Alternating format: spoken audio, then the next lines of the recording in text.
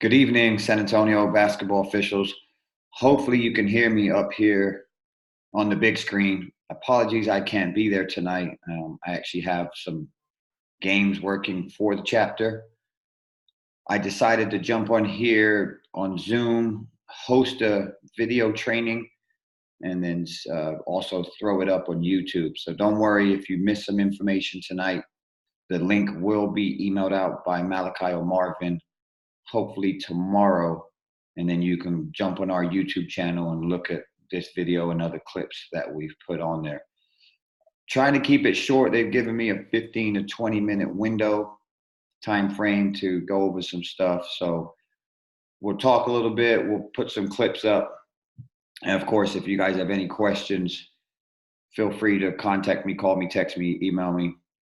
And of course, I'll be more than happy to answer any questions you may have um, about any plays or clips. So first off, I'm going to share my screen, and again, hopefully all this stuff works, and go over some certain situations and plays that we've already had. All the clips that I'm using are going to be from games that we've had so far during the season. I did want to go over any officials that you find yourself on this training video tonight. It's nothing personal. I want you to understand that this is all about teaching, growing. I'm trying to do a better job on our videos of some that we do some things incorrectly, and of course we do some things the right way. So there's a mix of some things we do right and some things that we do wrong, but at the end of the day, it's all about learning. Please, everybody, let's try to put our egos out the door and don't focus on who is in the clips, but focus on that what we can do better, and then take it into your ball game moving forward. Before I do jump into that, there's many training videos that we have available for everybody in the room. If you're on Facebook, I say this every time I see officials, Saboa Training Facebook page. You see it right here, Saboa Training page. If you're on Facebook, it's a private group. I've just got to approve you. But we go over weekly clips. And for y'all that are in there, I do appreciate every single one of you. It's just a great tool that we have that we can communicate, talk, put clips up there, and then grow, just continue to get better. I'm also going to do weekly Zoom meetings, typically on Sundays when we don't have games. And again, I appreciate the ones that have been jumping in. We've probably done a handful of them, and I think they're very beneficial. Same thing, throw up clips, we talk, communicate, go over case plays, rules, anything that we can just continue to help us grow and share with others, or if it happens in our ball game, we can obviously know how to handle those situations correctly. What I did want to go over is I've been in the gym a lot, watching many games, either working games or watching games, especially tournament time this past weekend. And I did come up with some things that are consistent that we're doing in, pretty much all of our ball games. I have some clips to go over these, but again, I've only got 15 or 20 minutes, so I don't want to have 15, 20 clips up here. But here's some things that myself and other referees believe is something that we need to work on moving forward throughout the season. So number one would be staying in our primary. So our PCA would be our primary coverage area. And this is 3-person, 2-person, all levels. We need to understand what our primary is, staying in our primary, also refereeing strong in our primary, and then being patient when we need to come out into our secondary to get plays. That is leading to too many double whistles, either that we're ball watching too much or we're not trusting our partners. And these are not in dual coverage areas. So these are going to be single coverage areas where we're not trusting our partners and we're having double whistles when we don't need them. Always positioning and movement. That's something that all of us can continue and improve on. Again, if we get good open looks, good positioning, we move well, that's going to help us get plays right. And like I said, I'm for obtaining and then maintaining open looks. And then rebound coverage, I got some clips where we do some good things and some bad things. We typically bail out too much. We don't stay home and take care of rebounding coverage. And then the last one is having whistle on plays that leave us and having a close look, guessing on plays, those type things. I think they all come down to is just trusting our partners. It's something that we all have to do a better job of. And again, being patient when we need to come get plays. But I say there's a lot on my podcast and videos. We're all getting paid the same. We all need to go out there and referee. So there's an onus on two parts. One, You got to be strong in your primary. You got to take care of your plays. All right. And then also on the flip side to that, we have to trust our partners as well. So it's twofold. One, please, everybody, referee strong in your primary, and then other referees, allow your referees to referee in their primary, and then be patient when you come out in your secondary. All right, let's dive into some clips that I have. Again, I'm not going to spend too much time on them, but again, if you have any questions on the plays or clips that you're confused about, or you want to add something that I missed, please feel free to share those with me. All right, so the first one, we're going to talk about trusting our partners. I call this info from partners, having information. We have to keep our egos at the door. When a referee, co-official, or partner, or your crew come to you with information, one, we have to be able to accept it first. Too many times, we don't even want to accept it. We don't want to listen. No, it's my play. I've got it. Those type of things. So these are things we have to pregame. We have to talk about, hey, if you have definite knowledge, please come to your co-official. That's what we want to do. At the end of the day, the most important thing is getting plays right. And we should be talking things in pre-games, big obvious plays, wherever we have to get them, no matter where they come from. And then we can talk about those plays later in the locker room. So here's a situation where we have a transition play, and I'll show it a couple of times, and then we'll just talk about certain situations that we could do better to handle this. Okay. So here's the clip. Again, I'll make it a little bigger.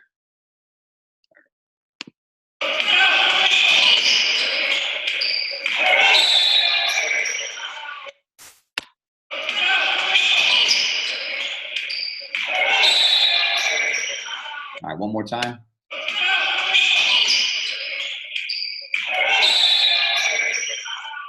Okay, so any confusion on it, the call that is made on this play, we have an illegal dribble, a double dribble. All right, so if we slow this down, anytime we break down film, the first thing we want to look at is positioning. All right, so this is a camera angle that we have right here. This is our open look. This is where our trail referee should be. Obviously, trail way too far in the backcourt and not hustling up to be able to referee any illegal action here. So what happens is that ball right there, clearly, green player loses control of the basketball, doesn't carry. Palm is on top of the ball. It looks funny, but there's no carry there for y'all that are asking. That's not an illegal dribble. And then here, it clearly hits Blue's foot right here as we see it. Again, this is the look that we need in order to see this play. Trell is all the way back here, is not going to have any information on this. Doesn't see that. Now Green gains possession of the basketball. They are allowed to dribble again. Okay, so it's not one of those dribble, fumble, dribble. This is a dribble. They lose the control of the basketball, and now it has hit a player. Understand, doesn't have to be offense or defense. It's hit a player. That dribble has ended, and they are able to then pick up the basketball and continue to dribble again. And that's exactly what the green player does. Dribbles again, and we have a double dribble coming from Trell. So first, obviously, we understand positioning is not good. Hustle is not good. They don't get an open look, don't have all the information. What happens in this play, and I don't want to show it too much, but our center referee actually comes to our trail with information and says to their co-official, hey, partner, that ball hit the foot of Blue. It's a legal dribble. What ends up happening in this situation is the trail referee does not want to go with that and decides to turn the ball over. Now, this actually was a scrimmage, which I don't particularly care. Right? It doesn't matter if it's a scrimmage or a real game. We still need a referee all the way to the end. This actually is at the end of the ball game. They just did two quarters. So there's 1 minute 22, and it's a 3-point ball game. This is what we call possession consequence, where Green has the basketball down 3. Now we've turned it over, and now they put themselves in a situation where they may have to foul. Blue may stall, whatever. It's a big play if we look at it in that situation. We always want to talk about illegal, obvious plays. All right. So in this situation, we're actually getting a play wrong, and a co-official is coming with information, and we're coming with definite information. Never come to a partner with, oh, well, I think I saw, or I'm not sure. If you're not sure, then you leave it alone. In this situation, the center referee has definite knowledge. It hit the foot of blue. When a partner comes to you with definite knowledge, we need to go ahead and make that change. So in this situation, what should have happened is center comes, hey, partner, this is what happened. Okay, thank you. That's the response we need. Thank you. And we're going to go ahead and go invert whistle, give the ball back to green on the sideline where it happened, nearest spot.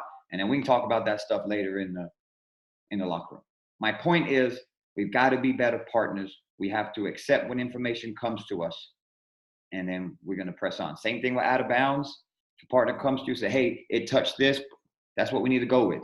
Now, on the flip side, if you are 100% sure on this, right, and you saw something different, then you don't have to change it. For instance, in this situation, let's just say center referee said, hey, it touched blue. Okay, I know it. I saw that it hit blue. However, I had a double dribble before that. That's a different play. All right. So I'm not saying every time your partner comes to you information, you have to change it. But if you don't have definite knowledge and they do, that's what we're going to go ahead and do. All right. So clip one, any questions, let me know. Bottom line, we have to be more receptive. Egos out the door, and we got to get plays right. Because at the end of the day, we got this play wrong due to egos. Clip two. When we talk about trusting partners, I understand it's a college game. It doesn't matter. Basketball, right? I'm all about just getting basketball plays that can help us in our assignments. Here, you're going to see a camera angle from the center. So here's our angle right here. And we have a crash in the paint, which is clearly leads play. All right. But we're going to see two different angles. I just want you to think, all right, if I'm center on this play, if I had to come late, understanding it's not my primary, it's my secondary, what would I have? Also, we probably shouldn't have a whistle. We need to yield and let lead take care of this play, especially a secondary defender in the paint. Just think about it. I'm not even going to give you the situations on it until the end when we see two different camera angles. All right, here we go.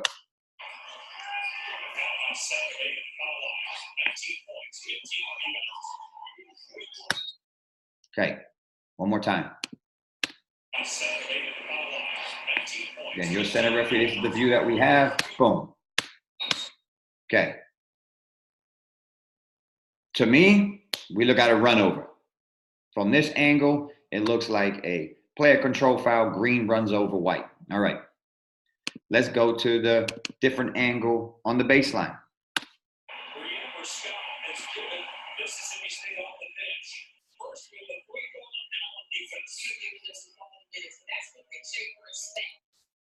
Totally different play.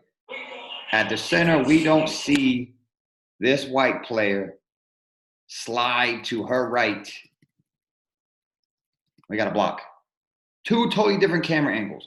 So if we talk about camera angles, we're going to talk about the same view lead has and center had. That's why it's vital to trust your partners. Even though it may look from your angle one way, we have to understand who's primary, who has the best look, who has the open look, who has all the information. And in this one, all the information would be from the lead referee. Passing crashes, block charge plays. That's why all referees need to hold, especially outside referees. And we typically want single whistles on these plays and then a cadence whistle from our outside referees if lead does not have a whistle. So in this situation, lead doesn't have a whistle, then we can have probably center next, and then possibly trail come with a late cadence whistle to help on the play if there's no whistle. These type of plays, high school, college, doesn't matter. We need one whistle on that. I thought this was interesting for us to get into that piece of just trusting our partners. Something to think about, all right? Get into the next clip. Talking about primary coverage areas. And all these plays, these are from this weekend. So, hey, find yourself on there. Doesn't matter. We've got to get better. These happened on Thursday, Friday, Saturday, a few days ago.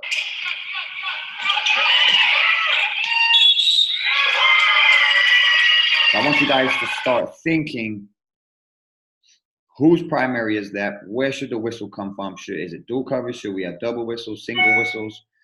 Let's think about this. Ball goes into the post. The ball left from from a center referee, that's their prime matchup, into the post. Here's a secondary defender that came to help. Foul or what, doesn't matter. I don't care about we're not talking about judgment on this play. We're just talking about whose whistle is this. Lead, I think, has a good look, open look, can see this. They have a foul. Let's look at the center referee. Looking through all this right here, we have to lay off this. This should be a single whistle play from lead, and then a cadence whistle from center can come and get this late. What ends up happening is, let's see what referee takes this to the table. The wrong referee.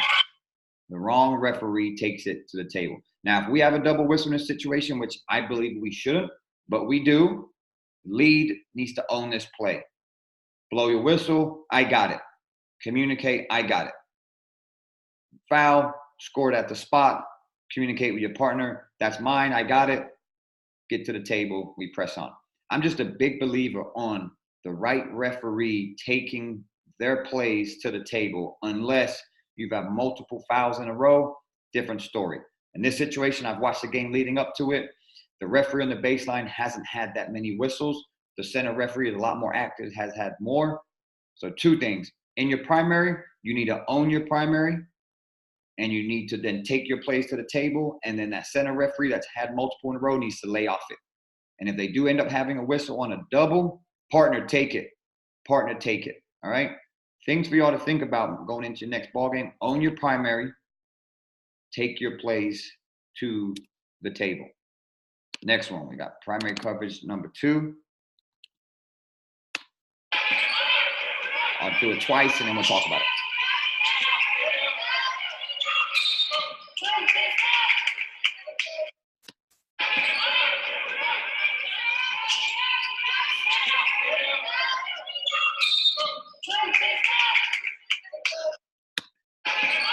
Okay, so let's talk about this play. We've got strong side drive on trail and lead side, and we've got a whistle coming from center, a foul, and then we have an out of bounds, a block shot from lead. Again, we go back to our positioning. Every time we look at a play, we want to go to positioning. Our center referee right here, way too high, right? This player right here is if they're at the free throw line extended, they're going to be behind this player, so they need to take a step down. This is where our center referee needs to be on this certain situation on this play. We almost end up with trail, almost 2 trails. See how close trail and C are? It's okay to have 2 C's in 3-person. We definitely don't want 2 trails. We need C. We have to work lower at C. Now, a lot of you may say that this play curls and ends up curling towards center. Okay? The problem is to me, center is 1 too high and not engaged in this play. I wish center was lower, and could then, I'm okay with them seeing through this play. If we do it slow-mo, we don't have all the information. We need to trust our partner right here. I wish lead was a little deeper. I think they have a good look on this. Block shot. The cadence of this whistle, if we look at it, whose whistle goes off first on this? We have a foul, then an out of bounds from our lead. Again, we have to understand self-talk, not mine, in my lead's primary, in there. And if I need to come late, I can come get that. So the cadence is too fast. Center referees blowing on contact. We have to have self-talk, be a little more patient. And yeah, we understand this girl comes to the floor. But if we see the whole play, again, just because girls come to the floor, kids come to the floor, plays that look funky, goes up, it is almost 100% ball. And we talk a lot about in pre-games, in girls basketball, a block shot is like a dunk. We need to be really patient and let these plays finish. We don't let this play finish, we have out of bounds. The correct call on this, if we trust the system, we have out of bounds. We're going to be staying here. It's going to be black ball on the baseline. All right. Next clip. Let's talk about rebound coverage. We need to be talking about rebound coverages in your game. The biggest thing we talk about, don't bail out. Shot goes up, stay with the shooter up to the floor. Lead referee needs to work wide.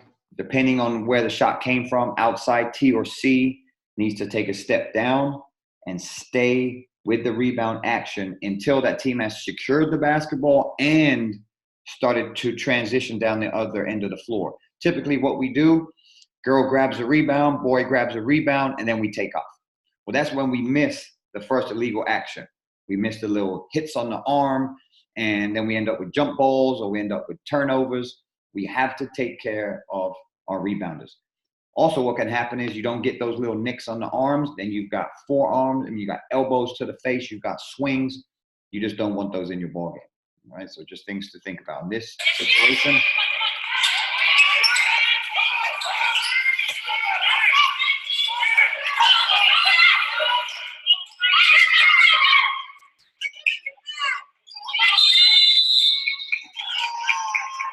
So here we come up with a jump ball. And to me, again, we talked about possession consequences. This is possession consequence because the jump ball, one, the team's going to lose their possession out. Even if it stayed with black, which it doesn't in this situation, that's still a possession consequence because the next jump ball, which they would have had, they're not going to get. So either way you look at it, when you have a jump ball instead of a foul, it's going to be a possession consequence either at that situation or the next jump ball. I do like the movement and I do like the positioning on the crew. I just think we need to get the first illegal action. So let's go through this. I really like center's movement on this pass. The skip pass is made. What we typically do is just stand there, and when this girl receives the ball, we're directly behind her. I really like center's movement is down. Now they can see the shooter all the way up and down, and then they can have an open look through this play right here. I think center's in great position to referee that play. I think it's great movement when the ball was passed. Our trail referee, 28-foot line, in good shape. Our lead referee on the baseline and is wide. So initially, I think we're in really good shape on this rebound coverage. Here's what happens is we stay home. Trail moved out a little bit. I wish, again, we're 28-foot line or a step below. Here's what the issue is our lead referee is parallel to the other baseline instead of our 45-degree angle. His head is turned 45, but his body is not. And then we end up missing this foul right here. She comes down, she secured the basketball, two hands right across her arm. Right here, this is a foul. This is the first illegal action. Lee doesn't see it. It's hard for center to come get this through all the way through here. And Trail's a little disengaged, a little disconnected. We could be a little bit lower. Primary coverage needs to be lead first. If Trail's a little lower, Trail can come help.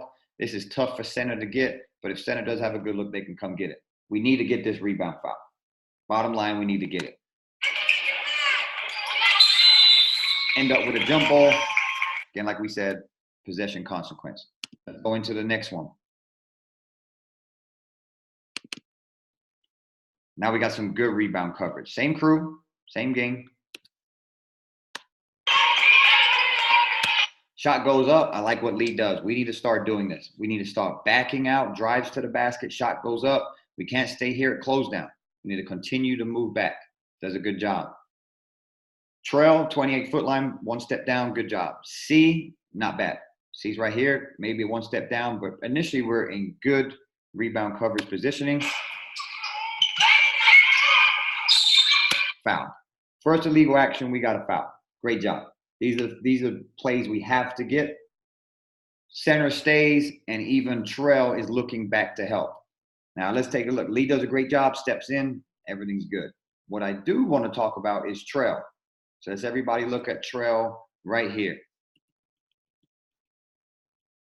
Trail does bail out a little bit, but what I do like is that Trail is still looking back. Now, I wish Trail would just stay here and just wait, but what I'm more concerned about is we don't turn our shoulders and we're running to the end line. So even though Trail is kind of taking themselves out of the play, at least their eyes are still back and they can help. Let's try to stay. Stay with rebound coverage. Wait till they've secured and transitioned down the floor. But really good job on this rebound coverage and way to get the first illegal contact. Got one more. Rebound coverage.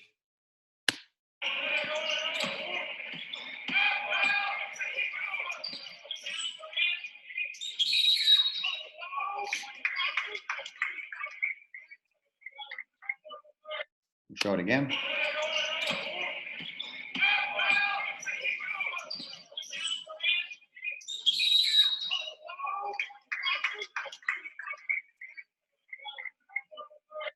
Okay.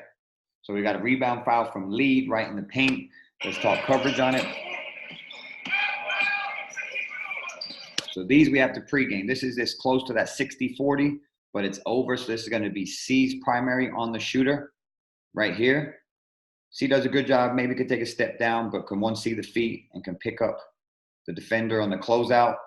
Trail needs to then take one step down just to help on rebound coverage. Because what happens is we've got 8 players, close to it, 7, 8 players right here in the paint, and then lead has to referee this entire matchup. Trail does a good job of coming down. I'll move this thing out the way, sorry. Let's talk about lead. This is why at lead, we never want to watch the flight of the ball. If lead official just peeks up for a second up here, misses this, the hook and the throwdown, okay?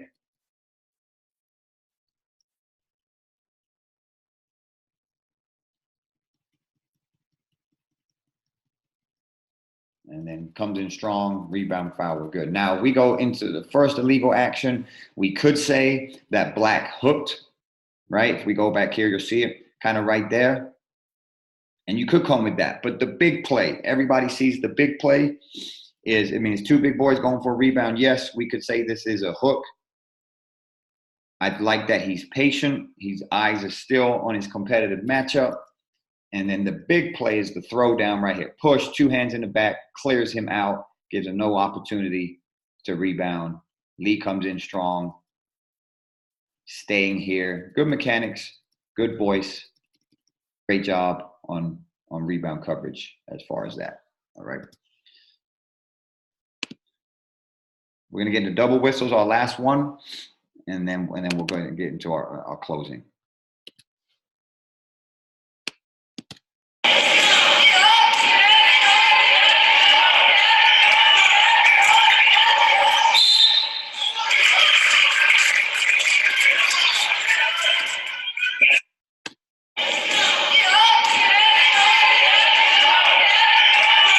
Okay, so we have a drive from trail up the floor, transition drive, and it goes right to the basket in front of lead. The reason I wanted to use this clip is I've heard a lot of referees say, well, it started with me. Don't I have it all the way to the basket? Okay, it's changed a little bit. It used to be that way. Now we're talking about if it leaves you and ends up in lead's primary, even if it's a primary defender, we still want to yield to lead. In this situation, it's still primary defender is here. Here's the issue. If you want to blow from trail, right, then you better get your butt all the way to 28-foot line. So right here, trail is way disengaged. They're close to the division line. Look at the contact. Look how much space is from here to here. So if you want to have a whistle on this play, number one, you need to get into position to have this whistle. The play is leaving you, and that's what I said earlier. When plays leave us, we have to have self-talk. Not mine, not mine. You still stay with the play in case a co-official does not have a whistle, and then you can, again, we're talking cadence whistle. We can come in late. This play does not need a double whistle. This is a single whistle at the basket. I'm not talking judgment. I'm not going into that. The foul could possibly be on 32. But if we look at this, we have 5 white players in the paint. Our trail official is close to the division line. Center's not even touching this. If you see, center doesn't even touch. Center doesn't even flinch. Center knows, not my play. If I need to come late, I can. We don't need a whistle from trail. This should be a single whistle from lead. Basket goes in. We proceed. What happens is we end up giving this play to trail. Lead scores a basket, and so does trail. Again, we can't be scoring baskets at the same time. We need to both hold, if we have double whistles, understand whose primary it is, understand the situation. If your co-official has had several whistles in a row, then if you double up, you're going to take it. I watched this game in this situation, single whistle from lead with cadence whistles coming from my outside referees. This is something that we really need to work on, is self-talk, understanding our plays and what not our plays are. And if we're going to come late, that's the word, come late, we have to understand our cadence and when we need to come get plays that may not be our primary, but all our secondary. All right.